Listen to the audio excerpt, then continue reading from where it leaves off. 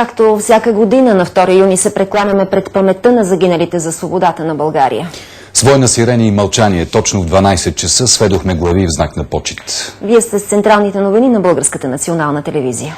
Водещите теми от деня, първо накратко. Токът да поскъпне с 18% от юли, а парното с 14 на 100 предлага държавният енергиен регулатор. Бяха засекретени зрелостните работи по български език и литература. Наш екип проникна в една от двете тайни бази, където се пазят тестовете. На 71 години почина най-големият моден дизайнер на 20 век – Ив Сен Лоран.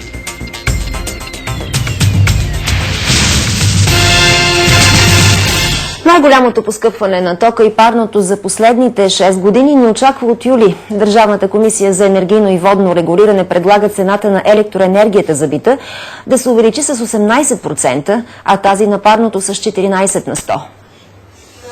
И този път инфлацията и цените на горивата бяха основното оправдание за сериозния скок на тока и парното, който ни готвят от юли.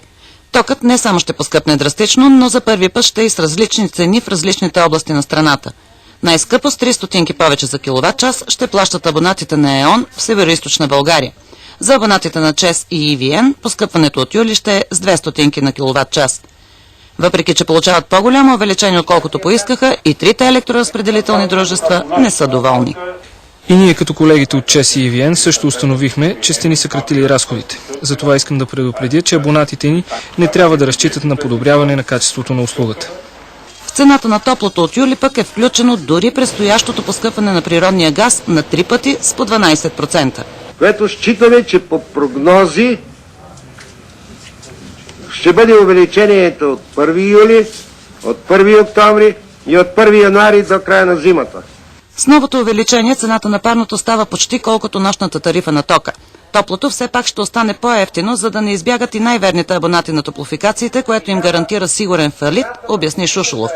Шефът на топлофикация Перник пък предложи да въведем чешкия опит срещу длъжниците. Например, в Чехия тези, дето събират, се казват екзекутори и бързо събират парите. Окончателното решение за цените на тока и парното от юли ще бъде взето на 26 юни. Първите авансови сметки за ток, които абонатите на ЧЕЗ трябва да платят заради 3-месечното отчитане, шокираха клиенти на чешката компания. Зрители на По света у нас се оплакаха, че тези сметки са много по-високи, отколкото са очаквали. Обяснението на потърпевшите е, че на практика токът не се отчита. Винаги са така над 100. Общо взето. 100 нагоре, 150, имахме 160. При положение, че нямаме кой знае колко електроуреди включени, но... Аз от декември месец съм на газ, а сметките ми не се промениха за ток. Така че те са абсолютно прогнозни. Учат са категорични, че формулата за изчисляване на сметките е прецизно направена. Според общите условия, в края на 3-я месец нещата ще се изравнят. Или ЧЕЗ ще върне обратно суми, ако те са наднесени, или потребителя ще доплати. Нашия интерес е в това да се стигне до едно равномерно оплащане. Ако все пак решите да поискате корекции на прогнозната си сметка, трябва да напишете молба, за да направят проверка от ЧЕЗ. Оттам се казват, че ще бъде преразгледано, но първо трябва да платят тази сума и тогава, евентуално, ако има нещо, ще бъде намалено, но пари не се връщат. Следващия месец ще бъде коригирано, както трябва. Най-често високи прогнозни сметки получават потребителите, които са се възползвали от безплатната промяна на партидата. УЧЕЗ обясняват, че ако те не са заявили в центровете за обслужване на клиенти равна вноска, автоматично им се налага потребление от 180 кВт-часа. В България храните поскъпват рекордно и бързо. Страната ни е начало на класацията на държавите от Европейския съюз по увеличение на цените на хранителните продукти. Данните са от изследване на Евростат. От април миналата година до април тази година храните у нас са поскъпнали с над 25 на 100. Вълненията на ученици и родители тези дни са около матурите. Екип на По света у нас успя да проникне в една от двете тайни бази, където вчера бяха прибрани 76 000 зрелостни работи по български език и литература от цялата страна. Днес приключи тяхното засекретяване, а от утре сутринта започва и проверяването им. Екипът ни се увери, че никой външен човек не може да има достъп до тестовете и че всичко, свързано с матурите, се извършва при пълна секретност. Екипът ни беше допуснат да снима в тайната база при условие, че няма да издаваме местонахождението й. Първото, което прави впечатление, е, че всички се разхождат с разноцветни баджове на врата. С зелени са тези, които днес засекретяват работите. Това са учители от цялата страна. Сварваме ги по време на обяд. Всеки, който иска да влезе в Светая Светих, минава през строг контрол и през специална система, която чете баджа му и само ако има съответствие, го допуска. За да влезем, получаваме баджове с розов цвят. Следващата спирка е стаята за засекретяване на работите. Тук от големия бял плик се изваждат 3 неща. Лист с затворените отговори, лист с свободните отговори и малко пликче с данните на зрелостника. После им се поставя номер. Всичките тези неща са с един и същи номер, но те ще бъдат разделени. Всъщност, белите малки пликчета ще се приберат на сигурно място до мига, до който излязат всички резултати, а резултатът ще бъде свързан с номерът, който носи всяка една от изпитните работи и след като се приключи оценяването, след като дори приключи работата на арбитрите, ако се наложи, чак тогава се тръгва на варианта на разсекретяване на малкото бяло пликче. Всеки тест ще се проверява от 2 души, после ще се гледа с скенер, ще има и контролно сверяване. Ако има разлики в оценките, работите ще гледа и арбитър. Рано утре сутринта Комисията по български език и литература за оценяване започва реалната работа. Вече всички писмени работи са тук и съответно една част от тях, както виждате, дори са в ръцете на Комисията по засекретяване. Да. Тази стая пък е най-важната. Тук се съхраняват папките, в които се прибират писмените работи. В папка по 30. Всяка сутрин всеки проверител ще идва, ще взима своята папка, ще се разписва и след като свърши работа ще я връща. Обиколката ни в секретния обект приключва. Това са автобусите, които ще превозват 640-те проверители на тестове от хотелите, където са настанени, до базата. И така до 20 юни, когато операция Матури ще приключи. Утре са матурите по 13 предмета. Всеки зрелостник трябваше задължително да избере един от тях. Просветното министерство е подготвило 2 варианта – син и жълт за всеки предмет, от които ще се падне единият. Този изпит учениците не полагат в своето училище, както предишния, а са разпределени в различни училища. Най-много ученици утре ще се явят на изпит по география. Записването за детска градина в София започна днес и ще продължи до 13 юни. След това ще има 2 и 3 класиране. Списъците с приетите деца са оповестени в същия сайт, в който ставаше и записването. Разлепени са и пред всяка детска градина. Родителите, чиито деца са класирани, не бързат с записването. Това констатира дирекцията по образование в общината. Има голяма вероятност след първото класиране да останат свободни места заради отказ от записване, така твърдят експертите. Има родители, които са недоволни от детската градина, тъй като не им е наблизо и вече са обявили, че няма да заемат мястото. Затова второто класиране от 16 до 20 юни също ще бъде важно, а движението на местата може да се проследи в специализирания сайт. Записването обаче става само на място в детското заведение. Използването на предимство, заявено при кандидатстването, ще се доказва с документи. Ако това не бъде направено, детето ще участва в класацията по общия ред и може да излезе от списъците с класирали се. Третото класиране ще завърши на 27 юни. Европейската комисия отрече, че до няколко дни ще отблокира парите за земеделски проекти по програма САПАРД. В Брюксел говорител на комисията обяви като преждевременно обявеното вчера от директора на фонд земеделие Димитър Тадаръков, че до дни Еврокомисията ще пусне спрените средства за земеделски проекти. Още от Брюксел от Асен Инджиев. Все още няма решение. С тези думи говорителят на Европейската комисия Майкъл Ман отговори на твърденията на Димитър Тадаръков. Ман обясни, че експертите на комисията тепърва ще пишат доклад, а това ще отнеме няколко седмици. През миналата седмица мина одитът в България. Нашите експерти бяха на място. Сега те ще пишат доклад, но мисля, че ще ни отнеме поне няколко седмици преди да обявим своето решение. Така че е малко преждевременно да се говори за отблокиране на земеделските пари. Майкъл Ман все пак припомни, че парите за земеделие не са формално блокирани, а само временно е спряно финансирането на някои проекти до изчистване на проблемите. Димитър Тадаръков отказа да коментира реакцията на Европейската комисия. Чрез своето пресаташе, шефът на фонд земеделие съобщи, че ще говори след получаването на доклада. Строителството на трите оставащи отсечки от автомагистрала Тракия трябва да започне най-късно в началото на септември. Това каза министърът на регионалното развитие и благоустройството Асен Гагаузов. В присъствието на премиера Сергей Станишев той подписа първия от 16-те одобрени проекта по оперативната програма «Регионално развитие». Те са за отпускане на безвъзмездна европейска финансова помощ по програмата и са предназначени за обновяването на 11 детски градини, 19 училища. Близо 12 000 ще са децата, които ще посещават по-чисти, по-светли, по-топли училища и детски градини, обновени с европейски средства, подчерта Сергей Станишев. По думите му, реализацията на тези близо 30 обекта, за които днес се подписват договори, ще позволи на хората в общините да почувстват ползите от членството ни в Европейския съюз. Защото това е смисълът от усвояването на парите по оперативните програми. Всеки българин да получи достъп до по-добра инфраструктура, до по-добра околна среда, до по-добри учебни заведения, болнични заведения. От тук нататък предстои сериозната работа, тъй като трябва да се гарантира качествената и своевременна реализация на проектите и прозрачното усвояване на средствата, каза още Станишев. Той прояви любопитство и поиска да разгледа огромната документация към първия подписан договор, този с община Луковит за 1 милион лева. Съвет му към медиите бе да последват неговия пример. Просто хубаво е, и много разчитаме и на медиите в разясняването на цялата сложност на работата по проектите с Европейския съюз. Регионалният министър Асен Гагаузов обясни, че към момент общият брой на подадените по схемата предложения от всички региони на страната е 103.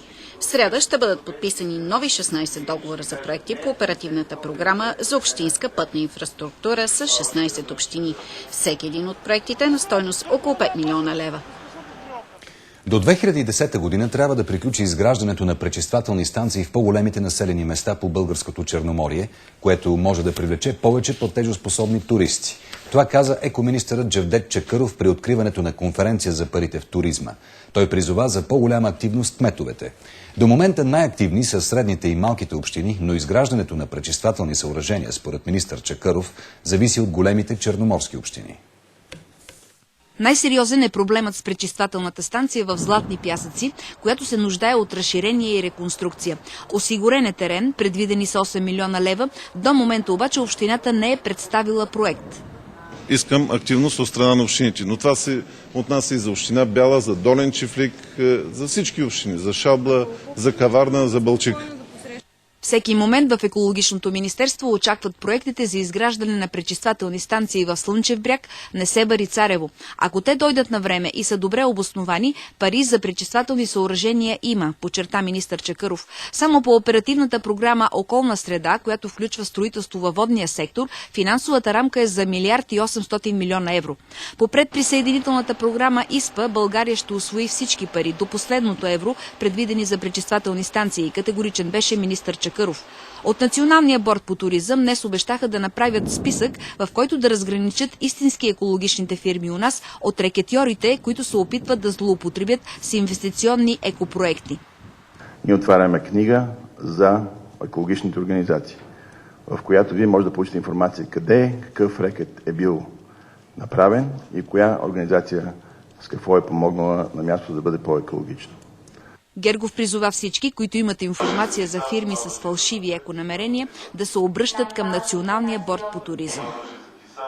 Симеон Сакскобургготски и сестра му Мария Луиза внесоха иск в Пловдивския окръжен съд да им бъде върнат бившият царски дворец Кричим и прилежащите ниви. Исковата молба е насочена срещу българската държава, представлявана от министъра на регионалното развитие и благоустройство, съобщиха от съдебната палата в града. Председателят на Пловдивския окръжен съд Сотир Цацаров каза, че ако документите са редовни, ще започне дело. То ще се гледа от един съдия, който ще бъде определен по принципа на случайния подбор чрез компютърна програма. В края на април Пловдивският административен съд обяви за нищожна заповедта на областния управител Тодор Петков, който отказа да въведе във владение на двореца Кричим Сакскобургготски и сестра му.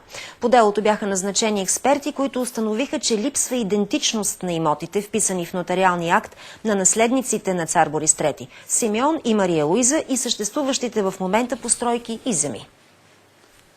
До края на годината няма да се намалява данък добавена стойност, няма и да се въвеждат диференцирани ставки за стоки и услуги. Това заяви в Перник председателят на парламентарната група на Коалиция за България Ангел Найденов.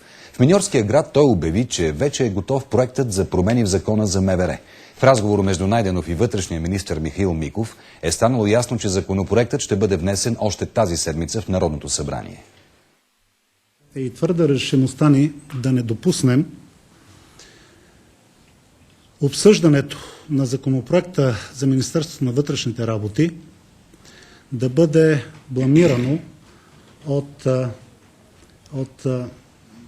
желанието да се обслужват теснопартийни интереси от представители на други парламентарни групи или да бъде непрекъснато бламирано и придружавано с скандали поради избирателното ползване на различни разработки, които се превръщат в център на общественото внимание и които вероятно целят отклоняване и на вниманието от намеренията за конкретни промени в системата на МВР, чрез които да се постигне възстановяването на доверието на гражданите. Столичната полиция има ново ръководство. За ней началник със заповед на вътрешния министър е назначен комисар Николай Янев. Това съобщиха от МВР. До сега той ръководеше 9-то РПУ в София. За него заместник в Столичната полиция е назначен досегашният шеф на 8-мо РПУ Николай Василев. Вие сте с новините по света и у нас. Ето какво ще видите до края на емисията ни. Самоубийствен атентат пред посолството на Дания в Пакистан. Убити са 8 души, около 20 са ранените. Жестоко убийство на 18-годишно момиче потресе Карнобат. 22-годишният и приятел призна, че е удушил и запалил. За първи път космически апарат докосна почвата на Марс. Учените вярват, че уредът се е натъкнал на сензационна находка. Коалицията от 20 партии за по-добра Македония, начело с ВМРО ДПМНЕ на премиера Никола Груевски, извоюва убедителна победа на първите извънредни парламентарни избори в страната. Партията премина границата от 60 депутати в 120 местния парламент и ще има мнозинство в него. Социал-демократите на Радмила Шекеринска и нейните партньори от коалицията Слънце успяха да вземат само 28 места. Съревнованието между двете албански партии се печели от Демократичния съюз за интеграция на Али Ахмети, но повторното гласуване ще оформи окончателния резултат. Гласуването премина при сериозни инциденти, но международните наблюдатели отложиха своята оценка за след 2 седмици. Подробностите сега от кореспондента ни в Скопие Коста Филипов. Следващият премиер на Република Македония ще бъде досегашният и това е лидерът на ВМРО ДПМНЕ Никола Груевски. Според предварителните резултати от Държавната изборна комисия, ръководената от него коалиция печели 63 места в парламента, достатъчни за обикновено мнозинство.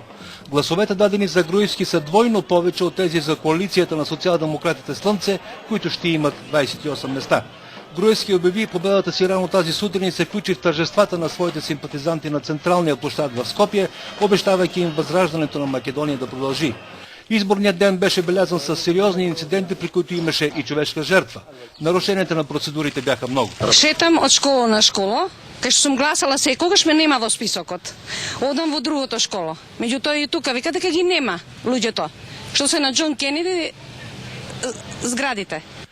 Въпреки убедителната победа на ВМРО ДПМНЕ, скептичен по отношение на нейните възможности е бившият вътрешен и външен министър политологът Любомир Фрецковски. Той намира, че вчерашният вод е бил напълно излишен. Като трън в здрав крак, казва той и добавя: все едно да заколиш цял вол, за да направиш само една пържола. Имам резерви към тази управляваща гарнитура и те са пълната и липса на демократично-либерален капацитет. Липсата им на самодоверие се изразява в недоверие към всичко и всеки, в желанието им да поставят под контрол всичко – интелектуалци, медии и журналисти. 3 са проблемите, които новия стар премиер Груевски има да решава. Как да постъпи с албанския блок, как да избяга от негативната оценка за изборите и какво ще прави с спора за името с Гърция. Той няма време за губене. На 5 юни в четвъртък в Скопие идва Матю Нимиц.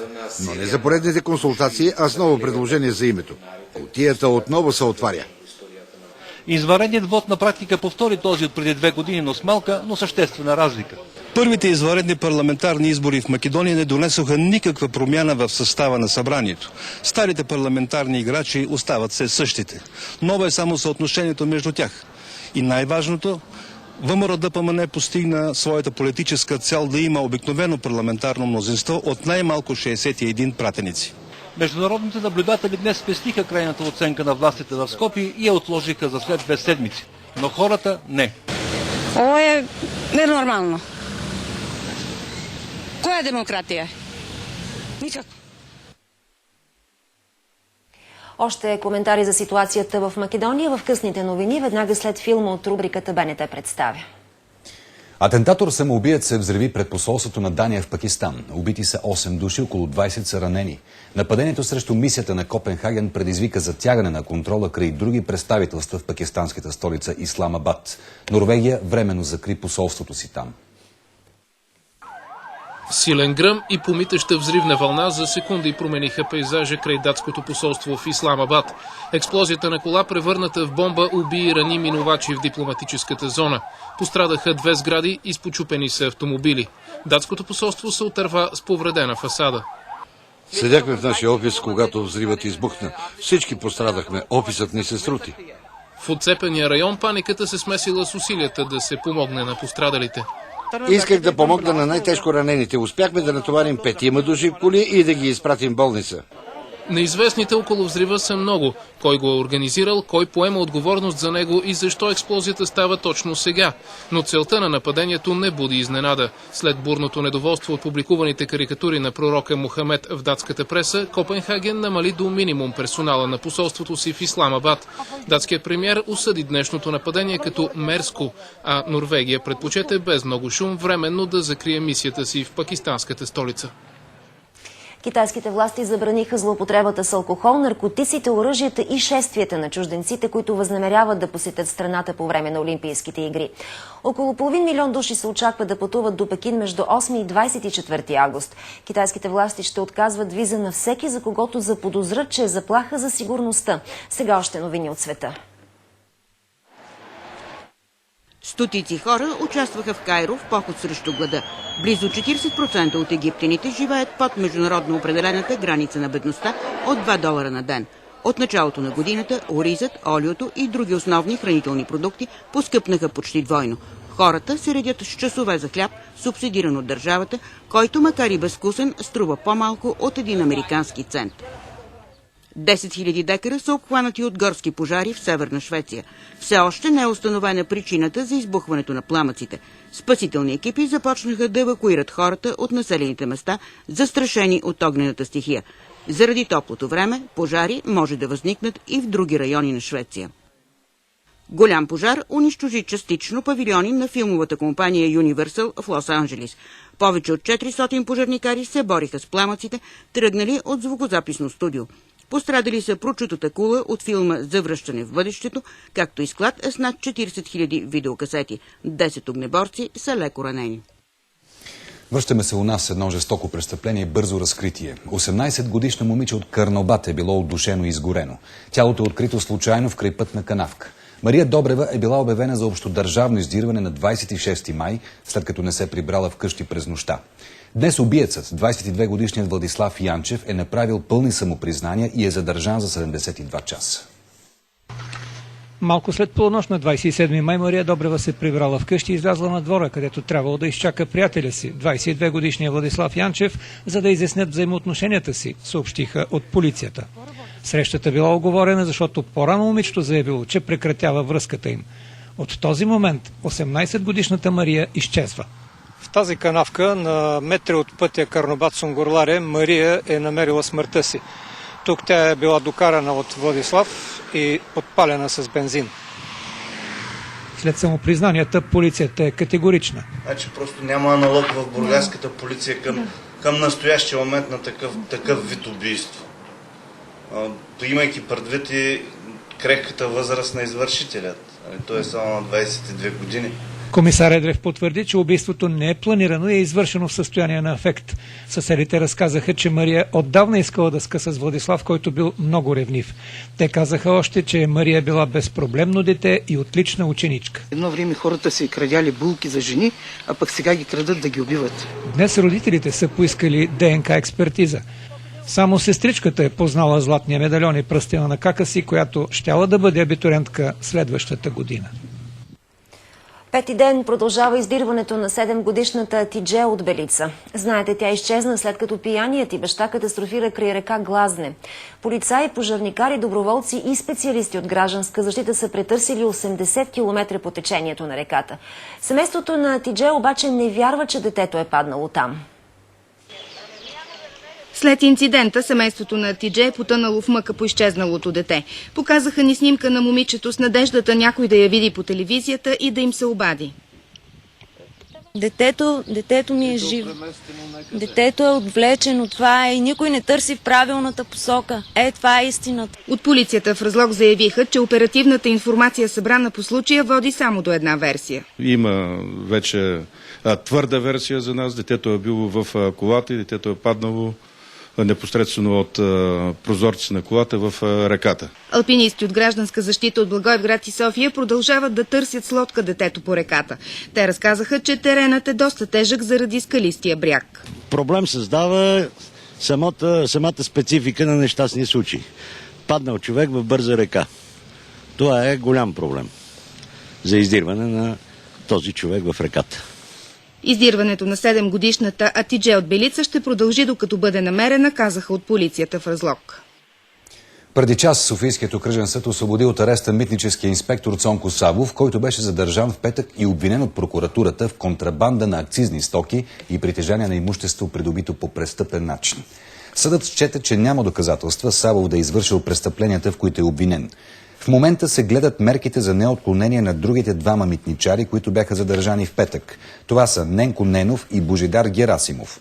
Припомняме ви, че на 30 май при съвместна акция на ДАНС и Софийската окръжна прокуратура, тримата митничари бяха задържани в момент, когато разпределяли евробанкноти. Парите според обвинителите са получени като рушвети по време на митническата им смяна. Сега вижте и курсовете на основни валути. Европейската централна банка определи курс от 1.5521 долара за евро. Курсът на БНБ за щатския долар е 1.2601 лева. И отново към днешния ден на почет 2 юни, стотици хора от цялата страна се изкачиха на връх Околчица, за да се поклонят пред подвига на Христо Ботев и загиналите за свободата и независимостта на България. За първи път нито един държавен ръководител не взе участие в всенародното поклонение. Дъждът и гъстата мъгла в планината не спряха Ботевите поклонници от цялата страна. Сред тях бе и едногодишният Спас, носен на ръце от родителите си. А я кажи на колко си години? 9-годишният Страхил измина пътя на Ботевата чета в конния отряд от Козлодуй до Околчица. През целия път яздих кони и беше много интересно. Млад мъж, облечен като четник, рецитираше Ботеви стихове. Жив е той, жив е, там на балкона, потънал в кърви, лежи и пъшка. Хайдути от шуменския клуб Крум Страшни носеха старовремски оръжия и мнозина се снимаха за спомен с тях. Писна родопска гайда и планинските дъбрави екнаха от космическия глас на Валя Балканска.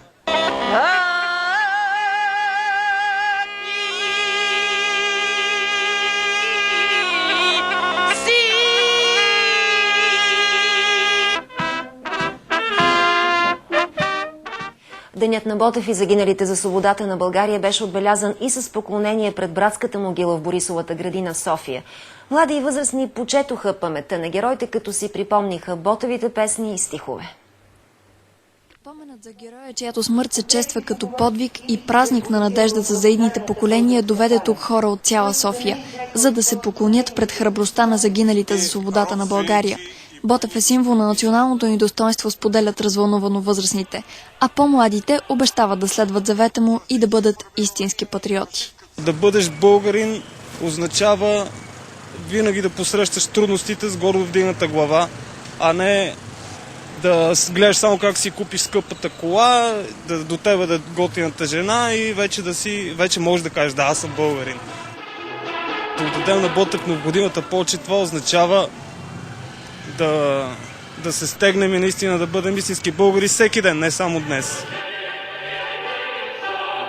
Църква на повече от 7 века откриха археолози във Велико Търново. Историческите документи свидетелстват, че това е храмът Свети Иван Рилски в подножието на хълма Царевец. Още в първия ден на разкопките бяха намерени уникални каменни стенописи. Според археолозите, те са с голямо историческо значение. През 13 и 14 век района около църквата Свети Иван Рилски е бил център на старата столица. До днес никой не е предполагал, че там има църква, тъй като мястото е било сметище. Първият ден е изключително успешен. Буквално на третия час ние попаднахме на масивни каменни зидове и на огромни парчета от стенописие, които не могат да бъдат други, освен от църковна сграда. Църквата Свети Иван Рилски е била основният духовен храм на Търновград преди векове. В нея са служили последните български патриарси, а в продължение на 70 години храма е съхранявал мощите на много светци. Тук са били пазени чак до 1469 година мощите на най-големият български светец Свети Иван Рилски. Според археолозите, църквата е дълга повече от 20 метра. Историческите документи разкриват още, че храма е в близост до първата патриаршеска църква в България, Свети Петър и Павел. Това според тях е доказателство за уникален манастирски комплекс. Кинонагради за страната ни. Рекорден брой отличия получи България на завършилия в Москва международен кинофестивал «Златен Витяз». 4 наши филма взеха престижните статуетки. Посмъртно на Илян Симеонов беше дадена награда за филма «Пазачът на мъртвите», чийто копродуцент е БНТ. Парцалът на Андрей Кулев получи сребърен Витяз за анимация. С бронзов Витяз бяха отличени 2 филма, копродуцирани от БНТ. Игралният военен кореспондент на Константин Бонев, а в раздел пълнометражно документално кино «Светителят» на нашия колега Горан Благоев, посветен на Свети Киприян, българина. Сега поглед към една от загадките в космоса. Автоматичната ръка на американския космически апарат Феникс за първи път докосна почвата на Марс. Управляемият уред действа сръчно, уверяват от НАСА. Според учените има голяма вероятност апаратът да се е натъкнал на лед. Феникс продължава да пише нови страници от историята на космическите изследвания. Бавно и методично. 10 месеца му бяха нужни, за да достигне червената планета. След успешното му кацане преди седмица, той зарадва учените с уникални снимки от равнините близо до Северния полюс на Марс. А сега за пръв път докосна планетата с уред, който наподобява човешка ръка. Доказват го тези снимки, изпратени до Земята. Мисията на робота се управлява от лаборатория в Пасадена. През следващите дни оттам ще следят как той копае. Целта е апарата да достигне дълбочина от 60 см, за да събере образци от марсиански лед. Феникс ще остане 90 дни на червената планета. По това време той трябва да изследва подробно повърхността й. Надеждите на учените са насочени най-вече към откриване на следи от вода или на съединения, подходящи за появата на живот. Светът на модата загуби един от най-големите си вдъхновители. На 71 годишна възраст в Париж почина Ив Сен Лоран. За мнозина той си остава най-големият дизайнер на 20 век. Модата минава, стилът е вечен, казва един от символите на френската елегантност. За Ив Сен Лоран обличането е начин на живот. Смятан от мнозина за най-великият моден дизайнер на 20 век, Сен Лоран идва в Париж от родния си Оран в Алжир, печели конкурс с скица за коктейл на Рокле още на 17, а 4 години по-късно вече е звезда, след като става главен дизайнер в модна къща Кристиан Диор. Тогава променя лицето на модната индустрия. Жените са неговото неизчерпаемо вдъхновение и за тях създава дрехи, които отразяват променящата им се роля в обществото. Емблема на Ив Сен Лоран са костюма с панталон за дамите и смокингът, превърнат в красива женска дреха. Първата му самостоятелна колекция през 62-а. Създава силуета трапец, лансира кожените сака и прозрачните бузи и опростява вечерното облекло. Ив Сен Лоран демократизира висшата мода и популяризира готовото облекло. Той се оттегля от модата през 2002.